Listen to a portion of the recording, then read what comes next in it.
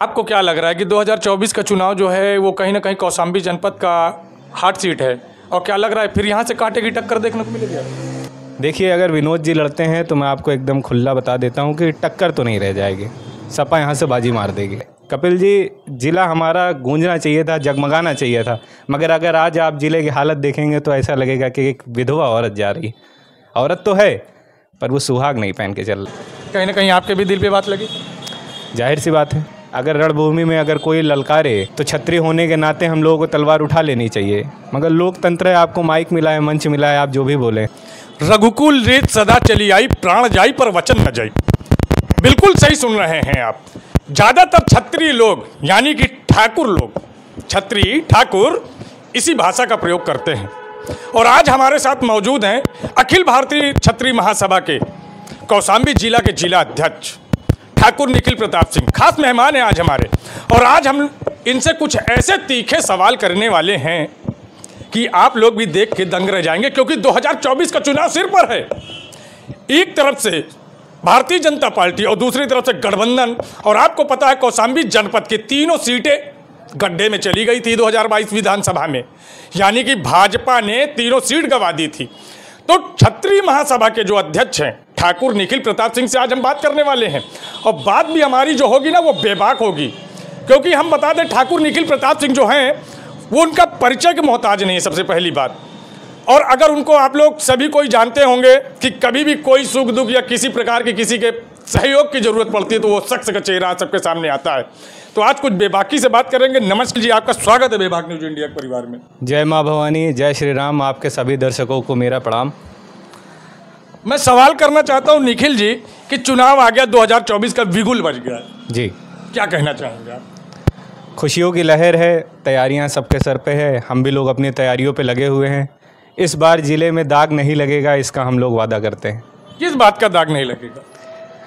जैसा कि 3 विधानसभा हम लोगों ने खोई, 2 और गई, एक ही हमारे पास चेहरा बचा है बीजेपी से, वो भी हमारे सांसद जी।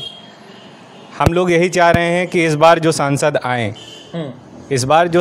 आएँ, जो चेहरा लेके, उनको हम लोग जिताने की पूर्ण तरीके से कोशिश करें, और जनता के एक एक बच्चे का मत उन्हीं के प्रति जाए। कोई मन में कुछ और मुख में कुछ और करके वोट ना दे बीजेपी को।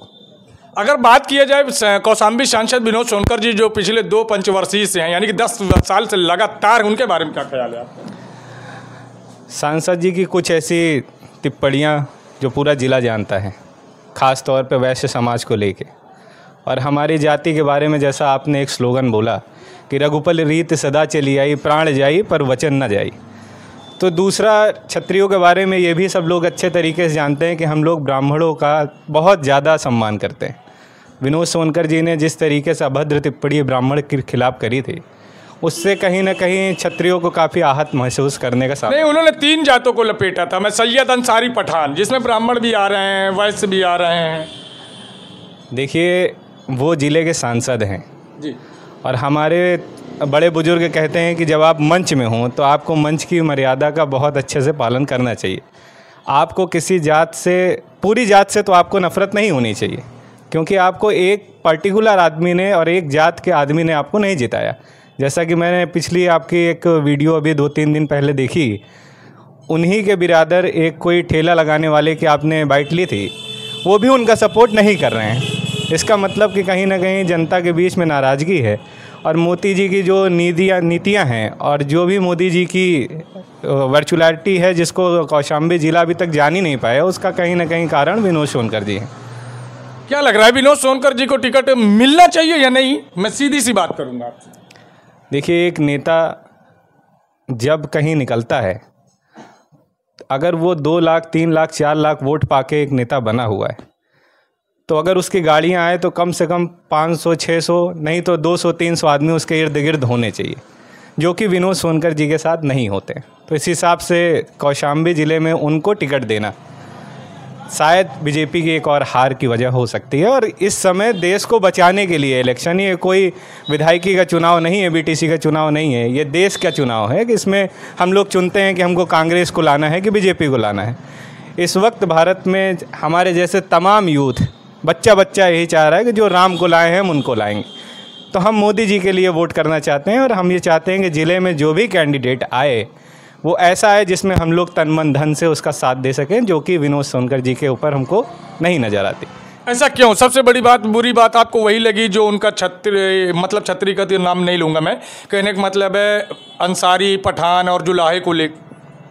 सिर्फ वही वजह नहीं है, दूसरी वजह यह भी हो सकती है, एक बहुत बड़ा कारण, कि कौशाम्बी ज़िले में जिस तरीके से और जिस रफ्तार से विकास होना चाहिए, क्योंकि यहाँ 3 करंट विधायक हुआ करते थे, यहीं के डिप्टी सीएम अभी भी जो हैं, और अभी के निवर्तमान सांसद जब इतने बड़े बड़े चेहरे ज़िले में हों तो ज़िले का विकास किस तरीके से होना चाहिए। हमें लगता है कि हमारा ज़िला सैफई से ऊपर जाना चाहिए था, जो सही नहीं हो पाया।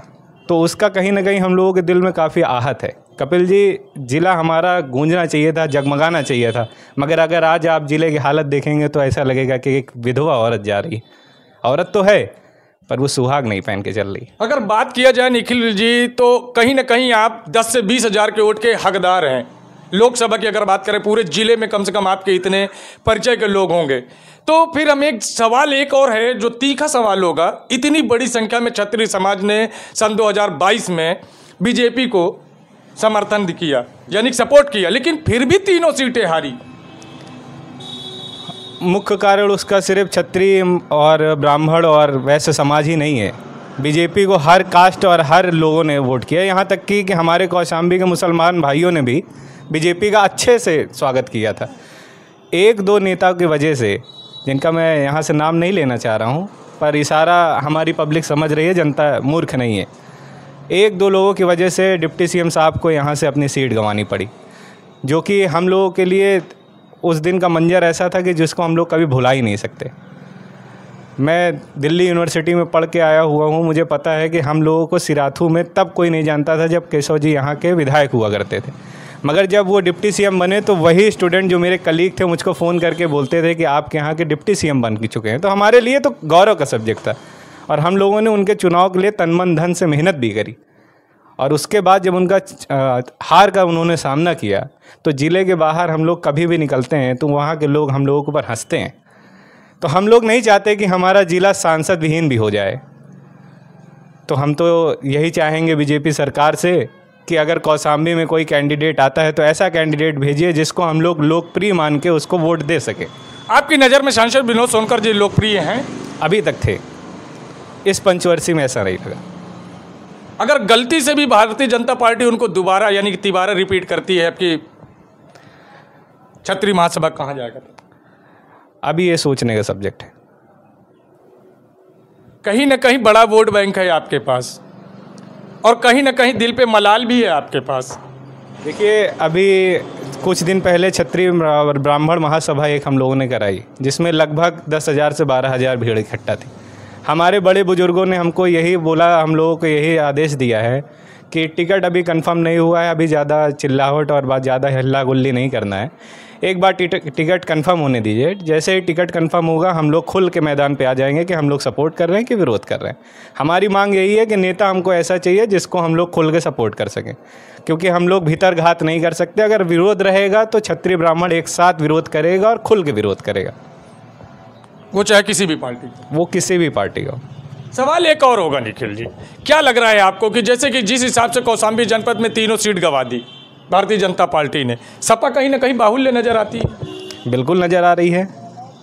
मेन चीज़ देखिए, जब कपिल जी ज़िले की 3 सीटें डिप्टी सीएम के रहते हुए अगर सीटें हार जाए तो कहीं ना कहीं जो कार्यकर्ता होते हैं वो काफ़ी निराश हो जाते हैं। आज बीजेपी का कार्यकर्ता कौशाम्बी में बहुत ज़्यादा निराश है, और वहीं देखा जाए सपा के कार्यकर्ताओं में तो उनमें एक जोश है, उनमें एक उमंग है, वो अपने कैंडिडेट की तलाश में है कि कोई भी लड़े, हमें झंडा उठा के उसके पीछे चलना है। और बीजेपी का कार्यकर्ता, हमारे जैसे युवा क्या चाह रहे हैं कि हमारे मन मुताबिक कोई कैंडिडेट आए। हम लोग तो यही चाह रहे हैं कि हो सकता है राजा भैया के साथ गठबंधन अलायंस हो रहा है, अगर वहाँ से माननीय शैलेंद्र जी अगर लड़ते हैं तो हो सकता है कि ज़िला हम लोग बहुत आसानी से सपा से छीन ले जाएंगे। मगर अगर विनोद जी लड़ते हैं तो दिक्कतें तो हैं। आपको भी लगता है दिक्कतें हैं? नो डाउट दिक्कतें हैं। आप ग्राउंड रिपोर्टिंग करते हैं, आपसे अच्छा कोई नहीं जान रहा है। आपके माध्यम से आपके सारे ही चैनल वालों सब्सक्राइबर को मैं फिर से बता दूं कि आप ही की 3 वीडियो बन चुकी है, एक सड़क के लिए आपने पूरा ज़िला हार गया और आप अपने ज़िले के रिपोर्टर को अगर इतना ध्यान नहीं दे रहे हैं कि उसके लिए उसके कहने पे जिसके कम 2 मिलियन 3 मिलियन जिसके व्यूज आ रही है उसके कहने पे आप एक सड़क बनवा दें, तो अगर आपको ज़िले के नायकों के ऊपर ध्यान ही नहीं देना तो आपको जननायक बनाने से मतलब क्या कपिल जी? फिर आप थोड़ा सा इसमें मन। आपको क्या लग रहा है कि 2024 का चुनाव जो है वो कहीं ना कहीं कौशाम्बी जनपद का हॉट सीट है, और क्या लग रहा है फिर यहाँ से कांटे की टक्कर देखने को मिलेगी? देखिए, अगर विनोद जी लड़ते हैं तो मैं आपको एकदम खुला बता देता हूँ कि टक्कर तो नहीं रह जाएगी, सपा यहाँ से बाजी मार देगी। ऐसा? बिल्कुल मार देगी। तो आपके अगर बात किया जाए कि क्षत्रियों के दिल में क्या विनोद सोनकर के अलावा कौन सा प्रत्याशी आपको अच्छा समझ में आ रहा है? अभी तक तो हम लोग ये आशा लगा के बैठे हैं कि माननीय शैलेंद्र सांसद जी वो आके यहाँ से अपना बिगुल फूंक सकते हैं, और राजा भैया के यहाँ पास कौशाम्बी में इस समय एक अजीब तरीके से उनको मोहब्बत देखने में यूथ में नज़र आ रही है, फिर वो चाहे जो जाति का हो। और इसके बाद अगर डिप्टी सीएम साहब भी अगर यहाँ पास 1-2 बार प्रचार करने के लिए आते हैं तो 100% यहाँ की सीट निकल जाएगी। सूत्रों की माने तो निखिल जी, लोग कहते हैं कि मतलब तीनों सीटों का हार का कारण विनोद सोनकर जी थे, क्योंकि इन्होंने प्रचार नहीं किया, इन्होंने विकास नहीं किया, सूत्र कहते हैं। क्या आपको क्या लगता है? अगर विनोद जी के पास इतनी वोट बैंक होती कि वो डिप्टी सीएम साहब को हराने और जिताने का फैसला कर सकते हैं तो आज इतना देर न होता कि कौशाम्बी की सीट उनको अभी तक क्लियर हो नहीं पाई, पहली चीज़। और दूसरी चीज़, अभी जितने भी रिपोर्टर घूम रहे हैं हम सब की बाइट देखते हैं, हमारा समाज सबकी बाइट देखता है, हमको ये नहीं नज़र आया कि विनोद जी के तारीफ़ में 50 आदमी बोलते हुए नज़र आए हैं। तो ये चीज़ें एकदम से झूठी हैं, ये चीज़ें एकदम से ख़राब हैं कि ये ह्यूमर फैलाया जा रहा है कि विनोद जी ने डिप्टी सीएम साहब को हराया। नहीं, मैं डिप्टी सीएम के नहीं, तीनों सीटों की बात कर रहा हूँ। विनोद साहब वोट बैंक अपना खो चुके हैं कपिल जी। अभी तक क्या था कि मोदी लहर में जो भी इंसान खड़ा हो रहा था वो जीत रहा था, वो हम भी जानते हैं, वो आप लोग भी जानते हैं। ब्यूरोक्रेट्स इससे पहले वाले भी इलेक्शन में कह रहे थे कि सपा शायद कौशाम्बी में हावी हो रही है, शायद हावी हो रही है, किसी ने नहीं सुना। इस समय भी ब्यूरोक्रेट्स कह रहे हैं कि सपा हावी चल रही है।